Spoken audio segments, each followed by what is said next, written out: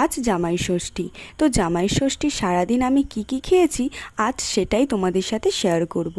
আজ যেহেতু জামাই ষষ্ঠী, তাই প্রায় সব বাড়িতেই ভালো মন্দ রান্না হবে, তা আমরাই কেন বাদ যাই। তাই আজ আমাদের বাড়িতেও অনেক ভালো মন্দ রান্না হয়েছিল, আজ সেটাই তোমাদের সাথে শেয়ার করব।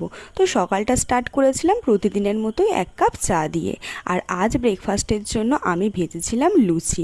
তো আজ ব্রেকফাস্টে ছিল গরম গরম লুচি আর সাদা আলুর তরকারি। এই ব্রেকফাস্টটা আমার কাছে তো বেস্ট লাগে, মানে কোনো একটা স্পেশাল দিনে এই ব্রেকফাস্টটা যদি হয় তাহলে তো আর কোনো কথা হবে না। আজ লাঞ্চেও তো মা অনেক কিছুই রান্না করেছিল।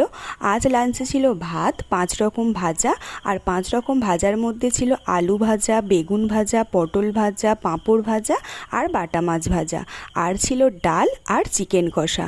দেন লাঞ্চের পরে তো পাকা আম এখন তো মাস্ট, তাই না বলো।